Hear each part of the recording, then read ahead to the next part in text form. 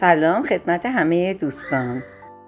قابل عرض خدمتتون بانک‌های ترکیه برای تراکنش‌هایی که انجام میدیم در طول سال یه پوانایی قائله که ما میتونیم از طریقه آموزشی که میدم خدمتتون از این پوانا قبل از اینکه سال میلادی به پایان برسه از این پوانا به این طریق میتونین استفاده کنین.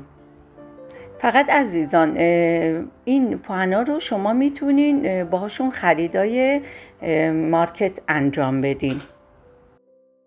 مارکت ها و فروشگاه های بزرگ کاملا اینو میدونن، اطلاع دارن. شما میتونید از طریقی که براتون آموزشش رو گذاشتم یاد بگیرین و میتونین برین خرید کنین.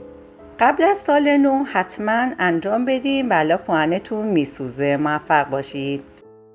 در ضمن دوستان با سابسکرایباتون از من حمایت کنین و منو بیشتر در این راه تشویق کنید.